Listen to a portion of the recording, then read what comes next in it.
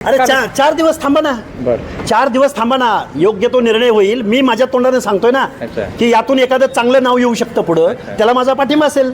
एक शेवटचा प्रश्न विचार, वाटते बारामतीकर साथ देतील? कारण भावनिकतेची लाट आहे. सोशल मीडियावरती ज्यावेळेसपासून चालू झालेलं आहे की लक्ष्मण हाके बारामतीत उतरत आहेत किंवा बिनविरोध निवडणूक लढत होऊ देणार नाही ती, तर त्या पद्धतीनं मोठ्या प्रमाणात ट्रोलिंग सुरू आहे की या ठिकाणी राहू द्या तुम्हाला लक्ष्मण हाकेंना, कसा पराभव होतात ते बघतो. हे बघा, लक्ष्मण हाके एका मेंढपाळाचा पोरगा आहे. माझ्या घरात साधा ग्रामपंचायतीचा सदस्य पण नाही.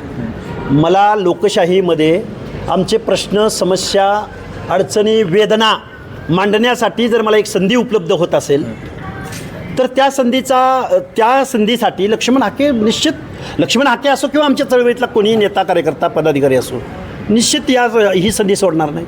बारामतीकर साथ देतील? प्रश्नच नाही. का नाही देणार साथ? मला तो कॉन्फिडन्स आहे. विजयाचा विश्वास सुद्धा होऊ शकतो.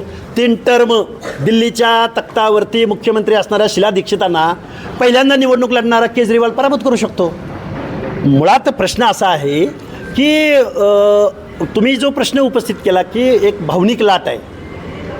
भावनिक लाट असताना भावना दुई अंगाने असल्या पाहिजेत ना.